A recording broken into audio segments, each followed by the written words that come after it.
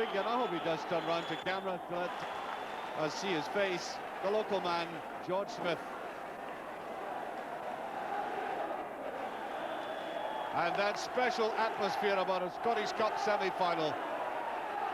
Both sets of supporters making a tremendous din, and that was a free kick. Barely 10 seconds gone, and I think you've got an indication immediately of the kind of attitude that Dundee have adopted. They realise that this is a wonderful opportunity for them to go beyond the great rivals and get to the final, and I think John Brown rightly being cautioned by the referee, not booked, but just a little one in his ear.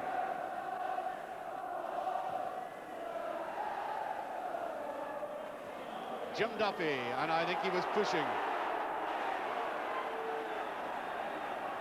Duffy, that remarkably cool defender, played outstandingly well against Aberdeen last week.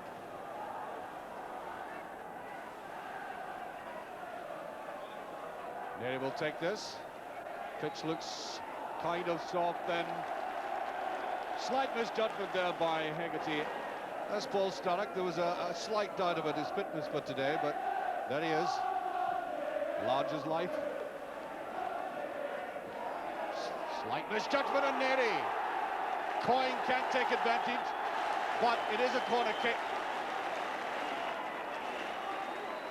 And a very accomplished and experienced defender showing slight nerves there. Rafferty with it. And there's the first touch for Ferguson, but back in a defensive position. Rafferty.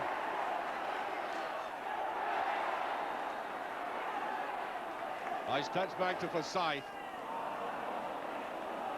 Dundee showing the right spirit immediately. Well, the way Dundee launched that first attack, it was quite clear that part of the plan is to try and unsettle United. Because if United get into the groove, they are very difficult to disturb and penetrate. Fighting for everything. And too hard again. Free kick to United. David Neri right in the middle of the pitch, and he's going to be a key man this afternoon.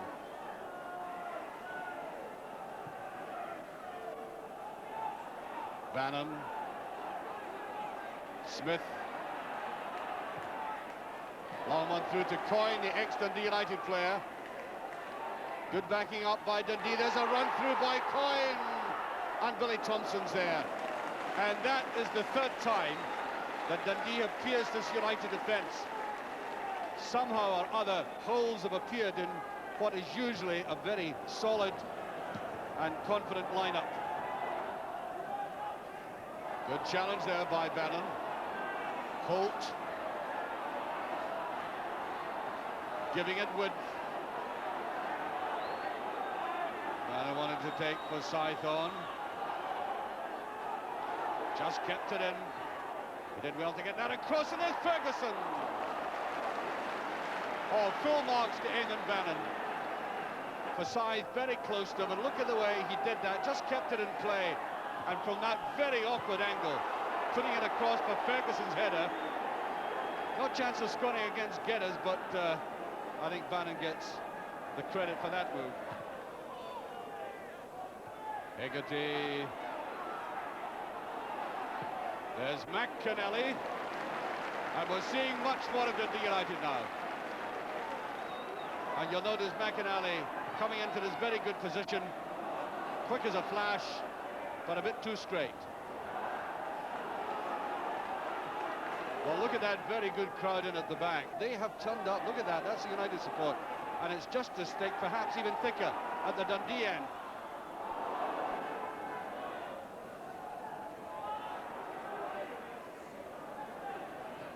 Baltus. That's Forsyth. Good run by Forsyth. Time to get it at Brown. And it's brilliantly touched away. Shannon with a shot. Magnificent goalkeeping, and Dundee really ought to have been in the lead there. Great header initially by John Brown, right in as he did last week against Aberdeen. This time it didn't reach the net, The follow-up by Shannon, bulleting it in, brilliantly touched away. And that's just off the line again. And push-push by Thompson. And just as well, the big man recovered from that injury and listened to the Dundee support.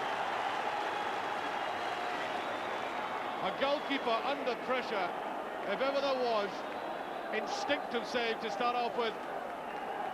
And then that awkward little leap there from the ground. Corner kick.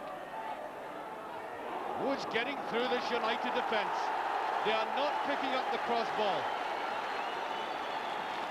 3 corners in the space of a minute.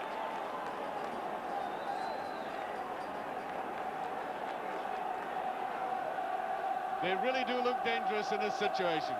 Rafferty again. Bit of breathing space. Yes, that'll be a free kick. Challenged there by Bowman. McKinley. There's John Brown, and it's just touched back. Brown is very effective when he comes forward like that. He's almost a hidden figure, and then suddenly gets into the penalty area with quick spots.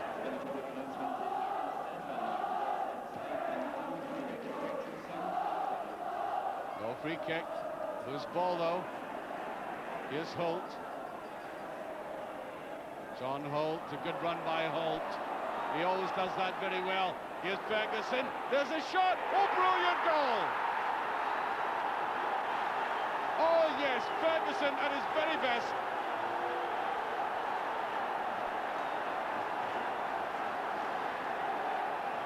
Somebody once said to me about Ian Ferguson, he doesn't score ordinary goals, they're all smashes. Well, that one was certainly in that category, and coming at a time when Dundee was certainly beginning to dominate. And look at this. That is clinical finishing. McKinley. Oh, he'll gobble them up.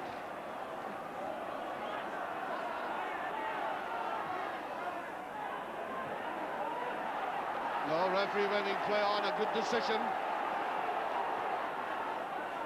Rafferty can run the outside. It must be. It's equaliser. Coyne.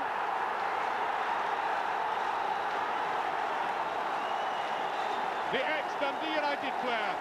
What a paradox. The 2 players who played for both clubs getting the goals.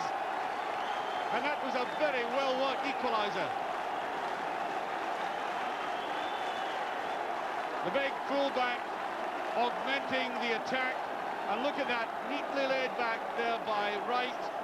Rafferty getting the chance, and Coyne making no mistake. Straight to McKinley. McInally pushed there, yes. I think he got a hand in the face as well. There's Sturrock trying to go for that. McInally is still down, and here's Hegarty. Malpas. Oh, there's a bit of play off the ball, and I think Hegarty took one in the face. Here's Nenny. It's getting very rough. Now Bowman. The 1-2 doesn't come off. There's Bannon, and now Brown. Oh, a bit too late in putting it forward. Rafferty. Coyne in a good position if he can cross it. He does. It must be. It's in.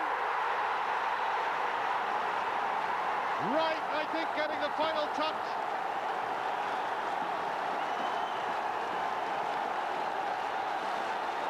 A quite astonishing 2 minutes of football, culminating in that goal that gives Dundee the lead. Taken there by Rafferty. McInally was lying on the turf. A superb ball here by Coyne. And both Jack and Wright were there. They'll probably both claim credit. I'll give it to Wright. And Dundee are in the lead. Shannon.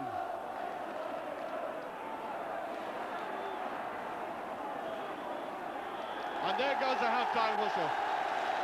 A quite remarkable first half. I thought this would have been a very narrow game, maybe only one goal in it, something like that, perhaps no goals at all. And to the delight of everybody here at Tynecastle, we've had a splendid cup tie. That goal by Ferguson was the sort of goal that should have inspired his side, that opening one. Brilliantly taken, but all credit to Dundee for the way they fought back. The determination of Coyne getting on the equaliser, and then that well-worked goal with two Dundee players going in for the kill, I think, right, getting the final touch. Dundee now, to the great delight of the huge support, a very big support they have here, are now in a vital lead. Well, there's the start of the second half, and I must say full credit to both sets of supporters for turning up here.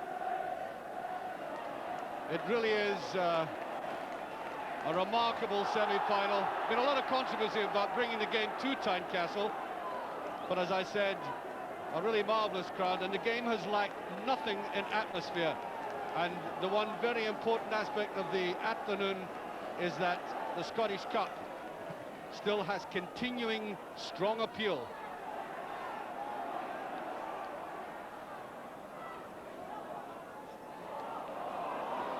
That's the weak ball, McInally. Bowman. Just about a yard away from that. And there is Jim McLean on the right of the picture on the intercom, giving his assistant manager the instructions. Back up there by Redford. There he is again. To McInally. That's better play by United. Sturrock, the favourite position of his. Yes, more like Sturrock, a good chip. Bowman!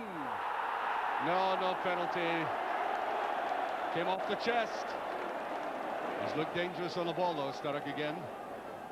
And he goes out wide and then cuts in, as Barcelona and Borussia have already experienced.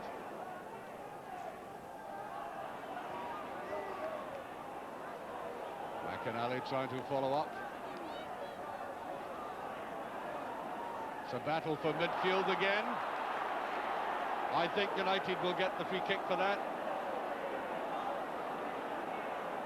As I said, a battle for midfield again, and that's why it's a kind of austere part of the game at the moment. Malpass teeing it up. Bowman tries to go, and a great chance for Bowman, and Ferguson! His second and the equaliser. And that could not have come at a better time for United, with 9 minutes of the second half gone, and that's the scoreline. They're back in business. Coolly taken, by the way, by Ferguson. A real mistake here in that defence, by the way. Out they came, I think perhaps playing for offside. McInally was there, dabbing it forward, and unselfishly pushed to the side for the striker to make it 2-2.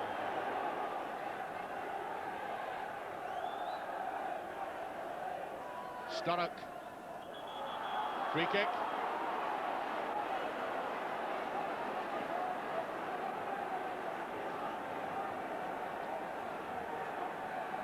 Just about 20 minutes of the second half gone. Free kick.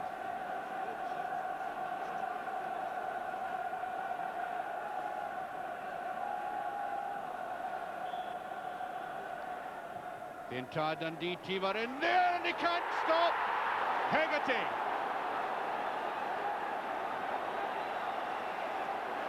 (3-2) for Dundee United. And the United captain rising above them all. Well, that was a superbly hoisted ball right across a congested penalty area. Redford was after it, and so was Hegarty.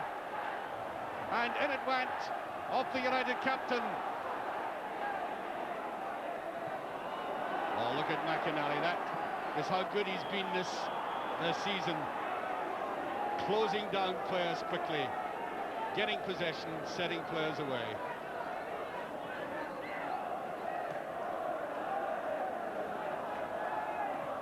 McInally.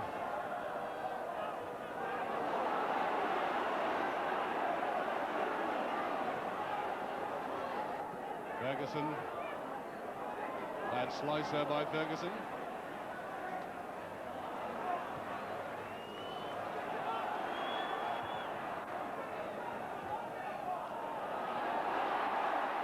Brown fouled. Awkward tackle that time by McInally. Now what can Dundee make of this? They've really made no inroads into this defence in the second half. They've really got to try and take advantage of a dead ball situation.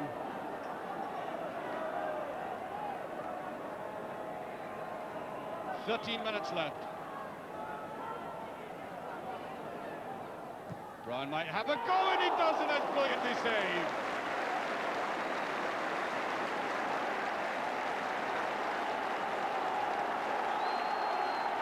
A superb save, a great international class. Look at the cover on the ball. It may well have taken wood, but Billy Thompson was making sure. Brown again. Sturrock slow in taking off, and that will be a free kick, yes. And rightly the referee warning him for that.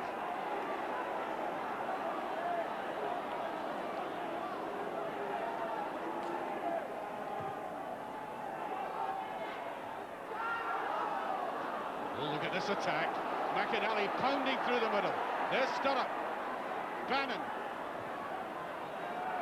McInally, Bowman. Now McInally, Sturrock. Oh, they made a mess of that. They had totally outnumbered Dundee in that counter-attack. But they laboured it.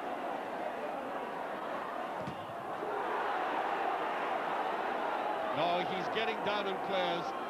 Maybe not as effective in the first half, but he has been in the second. Well, Jim McLean, who normally sits in the stand, has now come down to the dugout. I think he's beginning to realise that his players can win this, having been behind. Bobby Glennie. Oh, and he slipped. Here's Ferguson. It's 3 against 2. Oh, a wasted effort. They really should have killed Dundee then. Bad ball by Ferguson. However, 2 goals to his credit.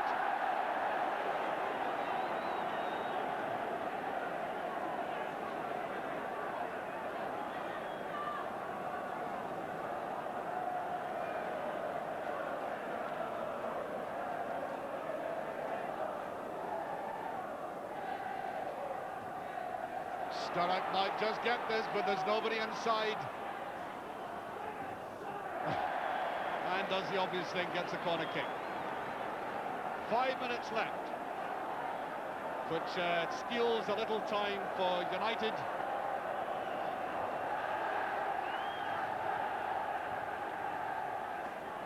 Yes, Holt, Hegarty, and I think the Dundee players were looking away across the linesman as a Dundee United captain was straining every muscle. Look at that there as he came across, but it was a goal kick, no offside.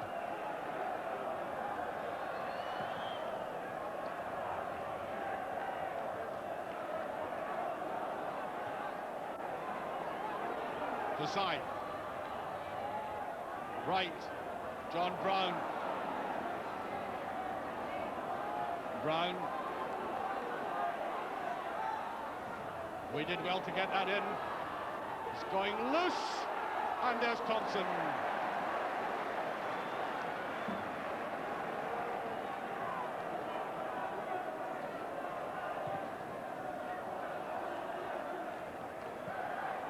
Four minutes left.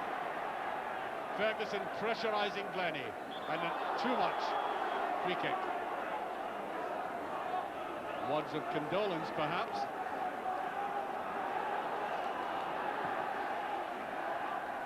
Well, there's a run through, and there's a lot of pulling going on there. I think they were pulling each other, but Dave Nenny most of all.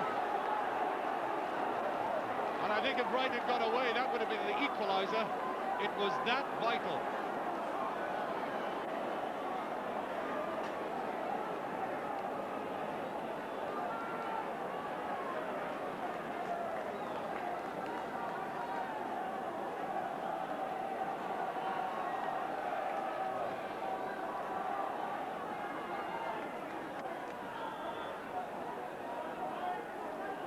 Now John Brown. Can he save his club? Oh, it's almost there. He almost did it. Another superlative save there by this big Dundee United. And look at that again. Brilliantly taken, and there was a touch. Last fling by Dundee. Rafferty whipped away, and this is a marvellous finish to this match. Not only have we seen some excellent outfield play, some good goals, but some astonishing goalkeeping from Billy Thompson. What more can you ask for? McInally taking his time about it. That was not a good pass. Now Duffy, he's come up. Oh, it goes through well, and there's Billy Thompson. And the anguish written all over Dundee now. And there it goes, the final whistle. United have got to the final by 3 goals to 2. And their delirious supporter way down at the far side. There they are.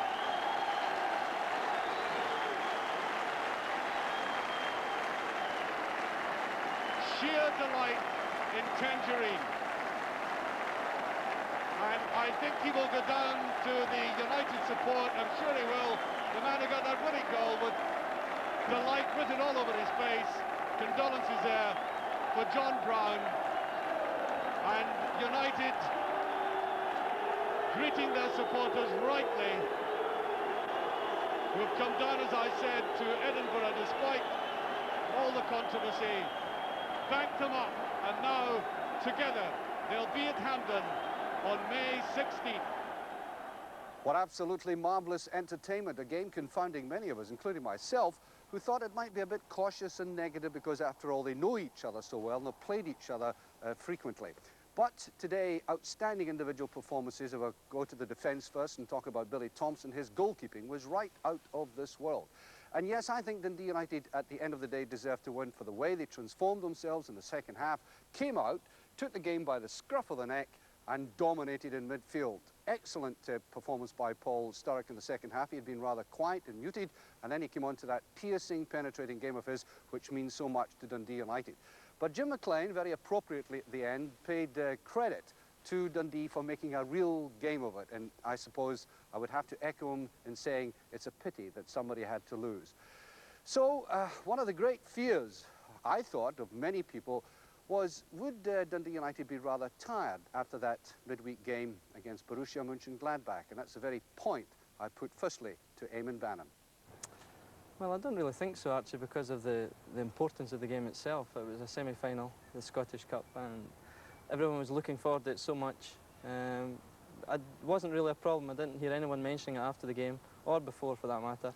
Now, semi-finals usually, or can be, very negative, very defensive, you know, teams scared of losing. This was the very reverse of that. Were you aware of that yourself, that you were playing in one of the best semi-finals I've ever seen? Yes, we've had a few good games against Dundee, a lot of goals scored.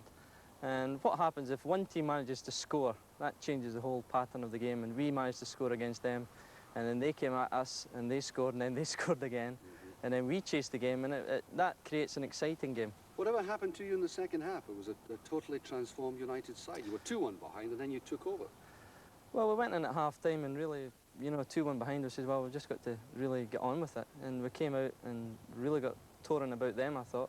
Managed to get the goals that were required, and really they were very subdued, I thought, the second half. I thought Paul Sturrock had a very significant game in the second half. Yes, a totally different game in the second half. He was very positive, had a very good game, I thought, too, yeah. Attacked their defence a lot. Yeah. Were you worried about the fact that you were favourites for this game and that you have such a good record against Dundee? I never usually like to be favourites. You know, we've been in so many cup semi-finals and finals, and we're always a team that's tipped to win it, and unfortunately we haven't won it before. So I prefer to be the underdogs, but anything can happen in a cup tie, especially it's a derby match as well. So I was delighted to get through. Well, obviously this game will be remembered for the 5 goals, but think of the goalkeeping. I think Billy Thompson saved your bacon, didn't he? The second one, the one just before full time, was a fantastic save. I think everyone thought it was in. I certainly thought it was in, and he managed to claw it out with his fingernail. I don't know how he managed to do it. It was a tremendous save, and that's. Well, he did it on both sides. I mean, he done it on both sides. Saved to one side, saved to the other side. Yeah, I thought the second save was actually better because that one was definitely going in. I thought the other one might have just hit the post or went by the post. But that definitely changed the game. Now, of course, if I said to you, can you win the cup, you would say yes. But on the other hand, people are now going to say, from now until May 16th, Dundee United can't do it at Hampden Park. They've had the opportunity in the past. They're simply not winners in that sense. How would you react to that? Well, I'd react to that by saying we've been burying hoodoos all season. We were always a team that was never renowned for coming from behind, for instance, when we went a goal down. We've done that today. We've been a team that's been accused of not being able to win in the big atmosphere, and we've done that in Barcelona. I don't see any reason why we shouldn't win at Hampden, whether it's against Hearts or St Mirren. There's a definite feeling in the camp. There's a different atmosphere, and we've put hoodoos behind us, and I'm sure we can do it. Dundee United, who have never won the Scottish Cup, of course, in their fourth final, and they will be playing on May 16th. St Mirren will be